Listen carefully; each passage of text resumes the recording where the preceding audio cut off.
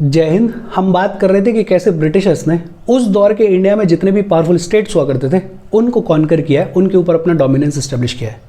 और ब्रिटिशर्स के डोमिनेंस की कहानी की शुरुआत हमने की थी बंगाल के कॉन्क्वेस्ट के साथ में। बंगाल जो उस दौर का बेहद पावरफुल स्टेट हुआ करता था, पॉलिटिकली भी और इकोनॉमिकली भी। बंगाल के इस कॉन्क्वेस्ट में दो बैटल्स लड़ी गई। 1757 में लड़ी गई बैटल ऑफ प्लासी और 1764 में लड़ी गई बैटल ऑफ बक्सर, और इन दोनों ही बैटल्स में ब्रिटिशर्स जीते। फाइनली 1765 में रॉबर्ट क्लाइव ने बंगाल के ऊपर इंपोज किया ड्यूल गवर्नमेंट को, और इस ड्यूल गवर्नमेंट के इंपोजिशन के साथ में बंगाल का कॉन्क्वेस्ट खत्म हो गया। बंगाल को कॉन्कर कर लिया गया, और जब बंगाल को कॉन्कर कर लिया गया तो ब्रिटिशर्स ने अपना फोकस शिफ्ट किया टुवर्ड साउथ। और साउथ में उस दौर में इमर्ज हो रहा था एक बेहद पावरफुल स्टेट जिसका नाम था मैसूर। और मैसूर की कहानी अपन ने इससे पिछले सेशन में पढ़ी थी। इस मैसूर के कॉन्क्वेस्ट में लड़े गए 4 एंग्लो मैसूर वॉर्स, और जो 4th एंग्लो मैसूर वॉर 1799 में कंक्लूड हुआ उसमें टीपू सुल्तान को मार दिया गया और मैसूर के ऊपर इंपोज कर दिया गया सब्सिडरी अलायंस को। मैसूर को भी कॉन्कर कर लिया गया। मतलब ईस्ट में जो सबसे पावरफुल स्टेट हुआ करता था बंगाल, उसको कॉन्कर कर लिया गया। साउथ में एक जो पावरफुल स्टेट इमर्ज हो रहा था मैसूर, उसको कॉन्कर कर लिया गया। और एक पैटर्न भी दिख रहा है कि ब्रिटिशर्स बड़ा स्मार्टली एक पॉइंट ऑफ टाइम पे एक ही फोर्स के साथ में लड़ाई लड़ रहे हैं। पहले बंगाल को पूरी तरीके से कॉन्कर किया, तब मैसूर पे आए, और जब मैसूर को कॉन्कर कर लिया गया तो ब्रिटिशर्स ने अपना फोकस शिफ्ट किया टुवर्ड्स वेस्ट। और वेस्ट में उस दौर में एक बेहद पावरफुल फोर्स इमर्ज हो रही थी जिनको अपन बुलाते हैं मराठास। और मराठास के लिए अपन ने पढ़ा है, सुना है कि एक पॉइंट ऑफ टाइम पे ये कहा जाता था कि मुगल्स के डिक्लाइन के बाद अगर इंडिया में कोई मुगल एम्पायर के बराबर का पावरफुल किंगडम एस्टेब्लिश कर सकता है तो वो मराठास हैं। कैसे मराठास और ब्रिटिशर्स के बीच में कॉन्फ्लिक्ट चला है, कैसे ये स्ट्रगल चला है, उसकी पूरी कहानी अपन देखने वाले हैं। अगर बात की जाए स्पेक्ट्रम की, तो स्पेक्ट्रम में कहानी शुरू होती है मराठास वर्सेस ब्रिटिशर्स के साथ में। लेकिन हमारे एग्जाम के पॉइंट ऑफ व्यू से मराठास की हिस्ट्री में, या फिर बेहतर यह कि इंडिया की हिस्ट्री में एक बहुत प्रोमिनेंट फिगर हैं, एक बहुत इंपॉर्टेंट फिगर हैं जिनका नाम है छत्रपति शिवाजी महाराज, जो कि खूब न्यूज़ में रहते हैं। और एग्जाम के पॉइंट ऑफ व्यू से स्पेक्ट्रम से थोड़ा अलग हटके अपन शुरू कर रहे हैं मराठास के ओरिजिन के साथ कहानी को, कि मराठास का ओरिजिन कैसे हुआ, फिर मराठास का राइज कैसे हुआ, और मराठास के इस राइज में शिवाजी का क्या रोल है, वो सारी बातचीत अपन आज करेंगे। क्योंकि मराठास के बारे में पढ़ रहे हैं तो स्पेक्ट्रम में जो लिखा हुआ है उससे थोड़ा शुरू से, पहले से शुरू कर रहे हैं अपन पूरी कहानी को। अच्छा, वीडियो को लाइक कर दो, शेयर कर दो और चैनल को सब्सक्राइब कर लो। देखो, सबसे पहले हम बात करेंगे ओरिजिन ऑफ मराठास के बारे में, कि मराठास का ओरिजिन कहाँ है, ओरिजिनेट कैसे हुए। थोड़ा पीछे जाएं और अगर पहुंचे 16th सेंचुरी में, तो 16th सेंचुरी में मराठास कोई बहुत पावरफुल फोर्स नहीं हुआ करते थे। छोटे छोटे ग्रुप्स में डिवाइडेड थे, और इन छोटे छोटे ग्रुप्स को बुलाया जाता था मराठा सरदार्स। और ये जो मराठा सरदार्स हैं, ये दक्कनी सल्तनत के फ्यूडल लॉर्ड्स हुआ करते थे। अगर बहुत सस्ती लैंग्वेज में बोलें तो ये दक्कनी सल्तनत के लिए काम करने वाले बड़े बड़े जमींदार्स हुआ करते थे। मराठा सरदार्स छोटे छोटे ग्रुप्स में डिवाइडेड थे, और ये जो मराठा सरदार्स हैं ये दक्कनी सल्तनत के लिए काम करने वाले फ्यूडल लॉर्ड्स हुआ करते थे। दक्कनी सल्तनत अपने को पता है इस वाले रीजन में एग्जिस्ट करते थे। 4-5 डायनेस्टीज को मिलके बने हुए हैं। कौन कौन से? Adil Shahi dynasty of Bijapur, Nizam Shahi dynasty of Ahmednagar, Imad Shahi dynasty of Berar, Qutb Shahi dynasty of Golconda और बरीद शाही डायनेस्टी ऑफ बीदर। इन 4-5 डायनेस्टीज को ही अपन बुलाते हैं दक्कनी सल्तनत। और इन दक्कनी सल्तनट्स को सर्व करने वाले फ्यूडल लॉर्ड्स हुआ करते थे मराठा सरदार्स। और दक्कनी सल्तनत में भी प्राइमरीली 2 डायनेस्टीज को सर्व किया करते थे मराठा सरदार्स। कौन कौन सी? आदिल शाही डायनेस्टी ऑफ बीजापुर और दूसरी निजाम शाही डायनेस्टी ऑफ अहमदनगर। दोनों को याद रखा जाए, कौन सी 2 डायनेस्टीज को सर्व किया करते थे मराठा सरदार्स? आदिल शाही डायनेस्टी बीजापुर वाली और निजाम शाही डायनेस्टी ऑफ अहमदनगर।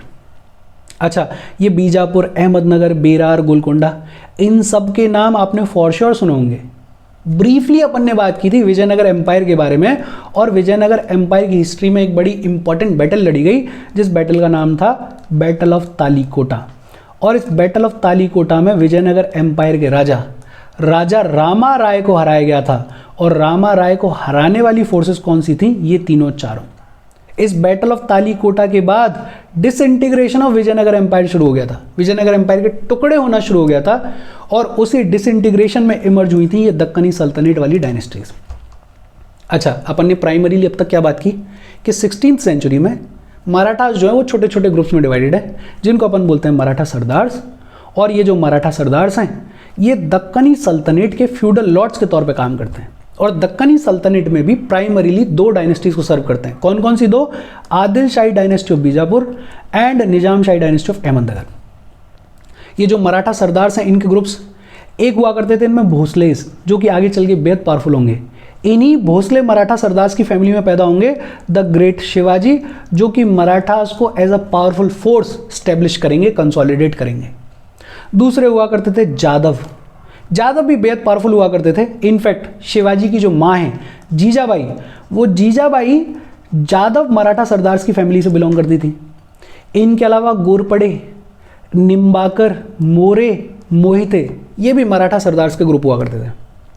अच्छा, जिस टाइम पे मराठा सरदार्स दक्कनी सल्तनत के फ्यूडल लॉर्ड्स के तौर पे काम कर रहे हैं, उस टाइम पे दिल्ली में हुआ करती थी दिल्ली सल्तनत, और रूल किया करते थे लोदीज। और फिर अपने को पता है कि दिल्ली आगरा वाले रीजन में 1526 में बाबर ने स्टैब्लिश किया मुगल एम्पायर को। बाबर ने फाउंडेशन रखी मुगल एम्पायर की, मतलब मुगल्स एग्जिस्टेंस में आ गए। और एक पॉइंट ऑफ टाइम ऐसा आया कि मुगल्स ने अटैक किया निजाम शाही डायनेस्टी को, ये अहमदनगर वाली निजाम शाही डायनेस्टी को। जब मुगल्स ने निजाम शाही डायनेस्टी पर अटैक किया तो निजाम शाही डायनेस्टी के जो राजा हैं, जो सुल्तान हैं, उनकी मदद करी भोसले फैमिली के 2 भाइयों ने। एक का नाम था मलोजी भोसले और दूसरे का नाम था विठोजी भोसले। भोसले फैमिली की जब बात आती है तो इनका लीनियज शुरू होता है बाबाजी भोसले से। बाबाजी भोसले की फैमिली में ही ये 2 भाई हैं, एक का नाम है मलोजी भोसले और एक का नाम है विठोजी भोसले। इन दोनों भोसले ब्रदर्स ने निजाम शाही डायनेस्टी की मदद की अगेंस्ट द मुगल्स, और इस मदद के बदले में निजाम शाही डायनेस्टी के सुल्तान ने मलोजी भोसले और विठोजी भोसले को दिया पुणे। पुणे की जागीर इनको दे दी गई। मतलब हालांकि अभी भी ये जो मराठा सरदार्स हैं ये दक्कनी सल्तनत के लिए काम करने वाले फ्यूडल लॉर्ड्स हैं, लेकिन अपन ये देख रहे हैं कि इनकी पावर, इनकी जो पोजीशन है वो धीरे धीरे इंप्रूव हो रही है। इनफैक्ट इनको पूना दे दिया गया है एस जागीर। जब मलोजी पास्ड अवे, जब मलोजी भोसले डाइड, तो पावर मिली इनके बेटे शाहू जी को। शाहू जी को पावर भी मिली और पूना भी मिला। शाहू जी ने शादी की जीजाबाई से, और शाहू जी और जीजाबाई के घर में पैदा हुए द ग्रेट शिवाजी। शिवाजी पैदा हुए फरवरी 1630 को पूना में एक जगह शिवनेरी, शिवनेरी नाम की जगह पे। शाहू जी और जीजाबाई के घर में पैदा हुए शिवाजी। कब पैदा हुए हैं? फरवरी 1630 को। कहाँ पे? पूना के शिवनेरी नाम की जगह पे। अच्छा, जीजाबाई के बारे में अपन ने बात करी ली। ये जादव मराठा सरदार्स की फैमिली से बिलोंग करती थी। शाहू जी पावर में है, और शाहू जी जो हैं वो कॉन्स्टेंटली स्ट्रगल कर रहे हैं मुगल्स के साथ में। लेकिन मुगल्स के साथ में इनकी जो लड़ाई है वो डायरेक्ट नहीं है, ये मुगल्स के साथ में कॉन्फ्लिक्ट में है on behalf of Bijapur, on behalf of Ahmednagar. ये जो दक्कनी सल्तनत की डायनेस्टीज हैं जिनके लिए मराठा सरदार्स फ्यूडल लॉर्ड्स के तौर पे काम किया करते थे, इन दक्कनी सल्तनट्स की बीजापुर और अहमदनगर वाली डायनेस्टी के बिहाफ पे शुजाजी लड़ रहे हैं, मुगल्स के साथ में स्ट्रगल में हैं। अच्छा, जब शुजाजी अपना कामकाज कर रहे हैं तो उस दौर में दिल्ली में एक नया मुगल एम्परर आ गया है। दिल्ली आगरा में एक नया मुगल एम्परर आ गया है जिसका नाम है शाहजहां। शाहजहां का टाइम पीरियड अपन देख सकते हैं 1628 से लेकर 1658 तक है। और शाहजहां के बारे में जब अपन बंगाल कॉन्क्वेस्ट की कहानी पढ़ रहे थे तो बहुत ब्रीफली बात की थी। शाहजहां ने अपने एक बेटे शुजा को भेजा था बंगाल में, और अपन ने ये पूरी कहानी देख ली थी कि कैसे शुजा ने क्या काम किया और शुजा को गवर्नर बनाया गया। दूसरा बेटा औरंगजेब, औरंगजेब को शाहजहां ने भेजा था डेक्कन में, कि डेक्कन में जाओ और अपनी पोजीशन को कंसोलिडेट करो, अपनी पावर को कंसोलिडेट करो। मतलब बट ऑब्वियस बात है कि एक तरफ दक्कनी सल्तनत के बिहाफ पे काम करने वाले मराठास हैं और बगल में आ गया औरंगजेब। मतलब मुगल्स और मराठास के बीच में कॉन्फ्लिक्ट होना स्वाभाविक था, नेचुरल था। ये जो कॉन्फ्लिक्ट है इसकी शुरुआत होगी, लेकिन उससे पहले जो मराठास की हिस्ट्री में, जो मराठास को as a powerful force establish करने के लिए रिस्पॉन्सिबल है, छत्रपति शिवाजी महाराज, उनकी कहानी कैसे शुरू हुई। ये पैदा हुए हैं शिवाजी, कब पैदा हुए हैं? 1630 में। और एक चीज़ और ध्यान रखना कि कुछ कुछ किताबों में ये मिल जाएगा कि शिवाजी पैदा हुए 1628 में, लेकिन कॉमन अंडरस्टैंडिंग के तौर पे अपन चलते हैं 1630 के साथ में। जब शिवाजी सिर्फ 7 साल के थे 1637 में। तब इनके पिताजी शुजाजी पास्ड अवे, और जब शुजाजी पास्ड अवे तो पावर किसको मिली? शिवाजी को मिली। पूना किसको मिला? शिवाजी को मिला। लेकिन शिवाजी 7 साल के हैं, तो इनके गार्डियन के तौर पर रूल कर रहे हैं दादाजी कोंडादेव, और इनका नाम आपने सुना होगा। अगर वो एक मूवी है तानाजी, तानाजी अगर आपने देखी है तो उसमें दादाजी कोंडादेव का नाम आता है, उनके बारे में चर्चा आती है। 7 साल की उम्र में शिवाजी को रूल मिल गया है, शिवाजी को पूना मिल गया है, और शिवाजी के बिहाफ पे उनके गार्डियन रूल कर रहे हैं जिनका नाम है दादाजी कोंडादेव। 1647 में जब शिवाजी सिर्फ 17 साल के हैं तो दादाजी कोंडादेव पास्ड अवे, और 1647 में शिवाजी ने पूरी तरीके से रूल चार्ज अपने हाथ में लिया। Shivaji assumed full charge in 1647 after दादाजी कोंडादेव पास्ड अवे। और 1647 आते आते तक शिवाजी ने राजगढ़ फोर्ट को कब्जा कर लिया है, कोंडाना फोर्ट पे कब्जा कर लिया है, तोरना फोर्ट पे कब्जा कर लिया है, और ये सारे फोर्ट्स हुआ करते थे बीजापुर डायनेस्टी के अंडर। ये वही बीजापुर है, आदिलशाही डायनेस्टी वाला बीजापुर, जिसको किसी पॉइंट ऑफ टाइम पे मराठा सरदार्स सर्व किया करते थे एज फ्यूडल लॉर्ड्स। उसी बीजापुर से शिवाजी ने इन तीनों फोर्ट्स को कैप्चर कर लिया है। मतलब धीरे धीरे शुरुआत हो गई है मराठास के इंडिपेंडेंट एग्जिस्टेंस की। कल तक जिन डायनेस्टीज के अंडर मराठा सरदार सर्व किया करते थे, अब उनको चैलेंज करना शुरू कर दिया है शिवाजी राजे ने। 1647 में रायगढ़ का फोर्ट भी बना दिया है शिवाजी ने, और इनफैक्ट 1657 आते आते, मतलब जब शिवाजी महज 27 साल के थे, 27 ईयर्स ऑफ एज, 1657 आते आते शिवाजी ने बीजापुर को अटैक कर दिया है, आदिलशाही डायनेस्टी को अटैक कर दिया है। मतलब उस डायनेस्टी को अटैक कर दिया है जिसको कल तक मराठा सरदार सर्व किया करते थे। एक तरीके से शिवाजी ने शुरुआत कर दी है अपने इंडिपेंडेंट एग्जिस्टेंस की। कई सारी बैटल्स लड़ी इन्होंने, लेकिन जो 3-4 प्रोमिनेंट बैटल्स हैं, 1659 में लड़ी गई बैटल ऑफ प्रतापगढ़। इस बैटल ऑफ प्रतापगढ़ में बीजापुर के सुल्तान ने भेजा था अफजल खान को, किसके अगेंस्ट में? शिवाजी के अगेंस्ट में, और इस बैटल ऑफ प्रतापगढ़ में शिवाजी जीत गए। फिर लड़ी गई बैटल ऑफ कोल्हापुर। इस बैटल ऑफ कोल्हापुर में बीजापुर के सुल्तान ने भेजा था जनरल रुस्तम जमान को अगेंस्ट शिवाजी, और इस बैटल में भी शिवाजी जीत गए। मतलब शिवाजी बैक टू बैक जीतते जा रहे हैं और दक्कनी सल्तनत की आदिलशाही डायनेस्टी को लगातार चैलेंज कर रहे हैं। उस डायनेस्टी को जिसके लिए कल तक मराठा सरदार जो है वो फ्यूडल लॉर्ड्स के तौर पे काम किया करते थे। शिवाजी फुल कोशिश कर रहे हैं कि कैसे भी वो इंडिपेंडेंटली एग्जिस्ट कर जाएं। अच्छा, जब ये बैटल्स चल रही हैं बीजापुर के साथ में, आदिलशाही डायनेस्टी के साथ में शिवाजी की, उस टाइम पे शाहजहाँ को रिप्लेस कर दिया गया है, और शाहजहाँ की जगह पे दिल्ली में कौन पावर में आ गया? दिल्ली आगरा में औरंगजेब पावर में आ गया। और औरंगजेब की भी पॉलिसी एक्सपेंशन वाली थी, और वो आयरन हैंड पॉलिसी के साथ में रूल करता था। उसको भी सिर्फ मतलब इस चीज़ से था कि कैसे भी ज़्यादा से ज़्यादा एरिया कॉन्कर करना है। और इनफैक्ट औरंगजेब को अपन ने पढ़ा है, औरंगजेब बहुत एक्सेसिवली फोकस था डेक्कन के ऊपर, दक्कन पे उसको कब्जा करना था। तो एक तरफ शिवाजी अपनी पोजीशन को कंसोलिडेट कर रहे हैं, अपनी पावर को एक्सपेंड करने की कोशिश कर रहे हैं, और दूसरी तरफ औरंगजेब का भी जो फोकस है वो दक्कन के ऊपर है।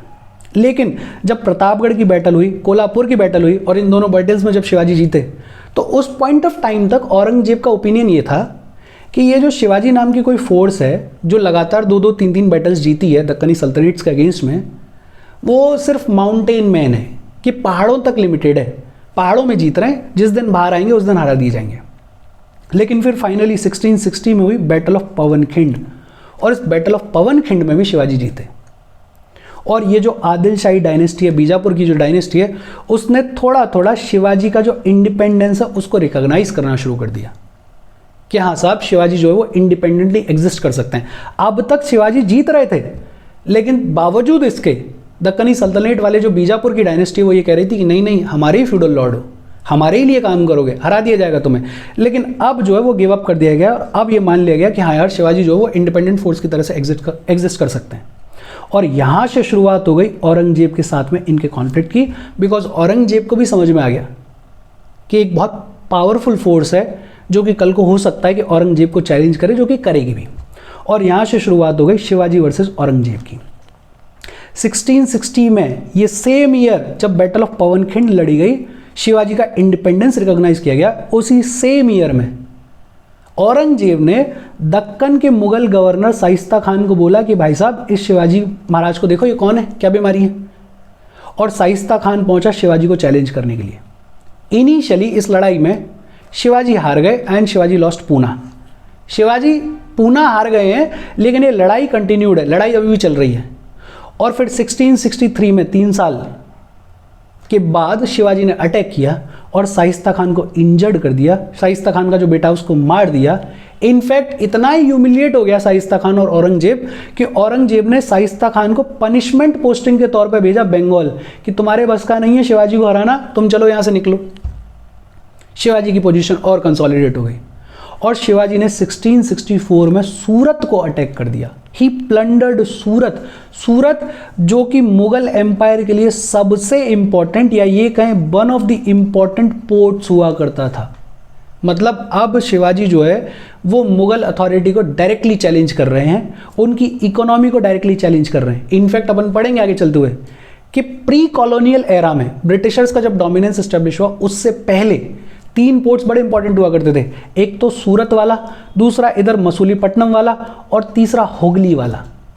जब अंग्रेज लोग आए तो इन तीनों पोर्ट्स की इंपॉर्टेंस खत्म हो गई थी और फिर पावर में आए थे बॉम्बे पोर्ट और कैलकाटा पोर्ट। लेकिन बॉम्बे और कैलकाटा से पहले सूरत, मसूलीपट्टनम और हुगली बेहद इंपॉर्टेंट पोर्ट्स हुआ करते थे। 1664 में मुगल एम्पायर का जो सबसे इंपॉर्टेंट पोर्ट है सूरत, ट्रेड के पॉइंट ऑफ व्यू से, इकोनॉमी के पॉइंट ऑफ व्यू से, उसको प्लंडर कर दिया गया है। शिवाजी ने उसको अटैक कर दिया है। इनफैक्ट शिवाजी ने लूटपाट मचा दी है। औरंगजेब बेचारा टेंशन में आ गया और औरंगजेब ने भेजा राजा जयसिंह को, आमेर के जो थे राजा जयसिंह और दिलेर खान को कि भाई देखो ये शिवाजी क्या है। इन दोनों के बीच में लड़ाई चली और लड़ाई कंक्लूड हुई with the treaty of Purandar. 1665 में ट्रीटी साइन हुई, ट्रीटी ऑफ पुरंदर। और शिवाजी को भी लगा होगा कि यार मुगल्स के अगेंस्ट में लड़ने का इतना कोई फायदा है नहीं, धीरे धीरे अपनी पोजीशन को कंसोलिडेट करेंगे, तो शायद इन्होंने ट्रीटी ऑफ पुरंदर साइन कर ली होगी। इस ट्रीटी ऑफ पुरंदर में शिवाजी ने सरेंडर कर दिए 23 फोर्ट अपने 35 फोर्ट्स में से।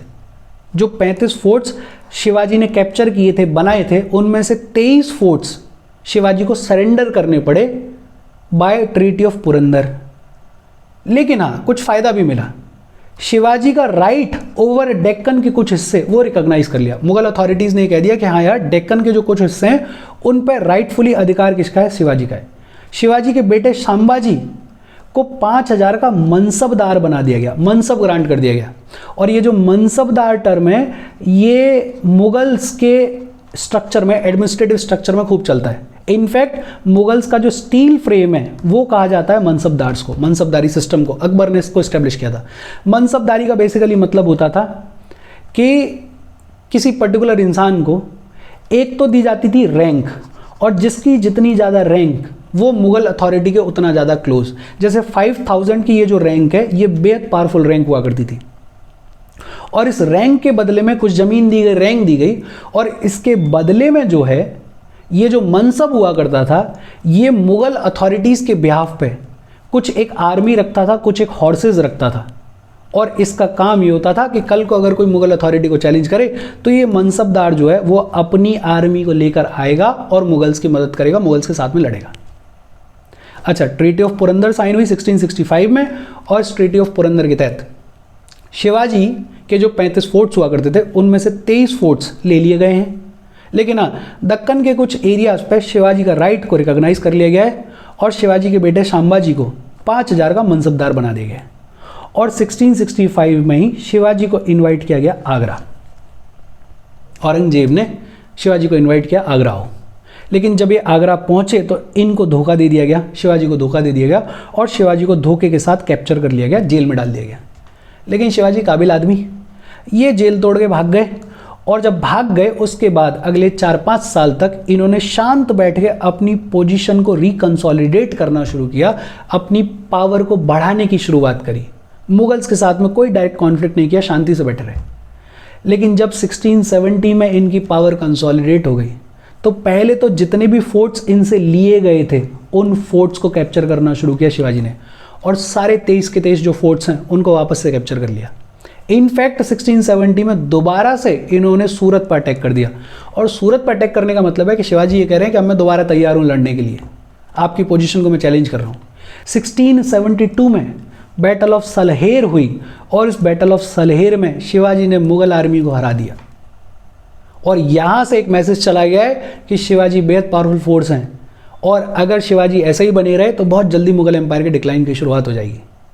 6 जून 1664 को रायगढ़ के फोर्ट में द फेमस राज तिलक हुआ शिवाजी का, और शिवाजी ने टाइटल अज्यूम किया छत्रपति का, और तब से इनको बुलाया जाता है छत्रपति शिवाजी महाराज।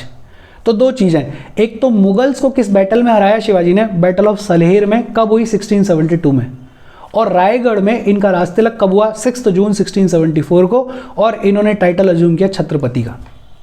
और 1674 से लेके 1680 तक शिवाजी ने एक्सपेंड करना शुरू किया इस सदर्न एरिया में, सदर्न इंडिया में, और खूब सारी जगहों को जीतना शुरू किया। लेकिन 1680 में Shivaji pass away, Shivaji expire हुए फीवर की वजह से। और जब भी कोई किसी भी एम्पायर में एक पावरफुल रूलर जाता है तो उसके बाद पॉलिटिकल वैक्यूम आता है, और उसके बाद उस लेवल पे चीज़ों को कंटिन्यू करना अपने आप में डिफिकल्ट होता है, और वही देखने को मिला मराठास के लिए। देखो शिवाजी पैदा हुए हैं 1630 में और शिवाजी पास्ड अवे 1680 में, मतलब सिर्फ 50 साल की उम्र में। अगर शिवाजी जिंदा रहते और 20-30 साल तक तो हो सकता है कि मराठा शायद बेहद पावरफुल फोर्स हो जाते, बेहद स्ट्रांगली अपनी पोजीशन को कंसोलिडेट कर लेते। लेकिन 1680 में शिवाजी पास्ड अवे, उसके बाद पावर आई शांबाजी के पास में, इनके बेटे के पास में, और इनके बेटे ने भी रूल किया लगभग 9 साल तक, 8-9 साल तक, मतलब बहुत लंबा टेन्योर नहीं था, और शांबाजी भी पास्ड अवे। फिर राजा राम पावर पे आए, राजा राम भी 1 साल के लिए, बहुत छोटे टेन्योर के लिए ये पावर में रहे। मतलब एक तरफ तो बेहद पावरफुल रूलर शिवाजी, छत्रपति शिवाजी महाराज ही पास्ड अवे, और उसके बाद पावर को होल्ड ऑन करने के लिए कोई एक रूलर जो है वो लंबे टाइम तक नहीं रहा है, सब नेचुरली मरते रहे, एक्सपायर होते रहे। जैसे शांबाजी पास्ड अवे 8-9 साल के बाद, राजा राम ने तो सिर्फ 1 ही साल के लिए रूल किया, ही पास्ड अवे। और जब राजा राम पास्ड अवे तो पूरे मराठा फैमिली में, शिवाजी की फैमिली में कोई ऐसा इंसान नहीं था जो कि उस पोजीशन को अज्यूम कर सके। क्यों? क्योंकि शिवाजी के जो ग्रैंडसन थे शाहू, उनको मुगल्स ने कैप्चर कर लिया था। तो अब रूल पे कौन बैठे? तो रूल पे बैठी राजा राम की क्वीन ताराबाई, और ताराबाई ने रूल करना शुरू किया उनके माइनर बेटे शिवाजी सेकंड के नाम पे। शिवाजी सेकंड के नाम पे ताराबाई जो हैं वो रूल कर रही हैं, और अभी तक पोजीशन बहुत ज़्यादा स्टेबल नहीं है, बहुत ज़्यादा स्ट्रांग नहीं है, क्योंकि शिवाजी जैसे पावरफुल रूलर जो हैं वो अभी अभी पास अवे हुए हैं, और उसके बाद कोई भी स्टेबिलिटी है नहीं।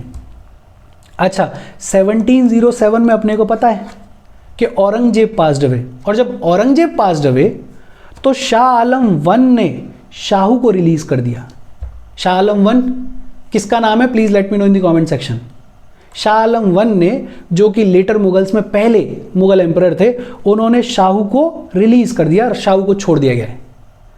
अब शुरू हो गया वॉर ऑफ सक्सेशन, कि एक तरफ तो ताराबाई कह रही हैं कि नहीं देखो साहब, मैं रूल कर रही हूं और मैं रूल करती रहूंगी।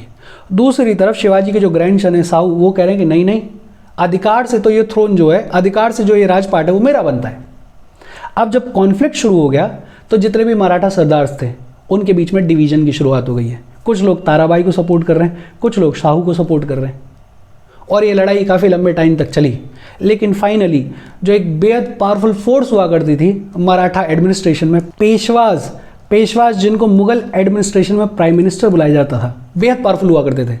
और एक बेहद पावरफुल पेशवा हुआ करते थे जिनका नाम था बालाजी विश्वनाथ, और बालाजी विश्वनाथ के साथ, बालाजी विश्वनाथ के सपोर्ट के साथ में फाइनली ये जो पावर है ये कैप्चर करी साहू ने, और ताराबाई जी को शांति से बिठा दिया गया। एक ट्रीटी साइन हुई, अपन पढ़ेंगे, जिसके तहत ताराबाई को कुछ टेरिटरीज ग्रांट कर दी गई, लेकिन जो मराठास की एक्चुअल पावर है वो किसको मिली? साहू जी को मिली। और फिर साहू जी के बाद में शुरू हुआ है ब्रिटिश कॉन्क्वेस्ट, और फिर कैसे अंग्रेज लोगों के साथ में मराठास की कहानी आगे बढ़ी है, उस कहानी के बारे में अपन बात करेंगे।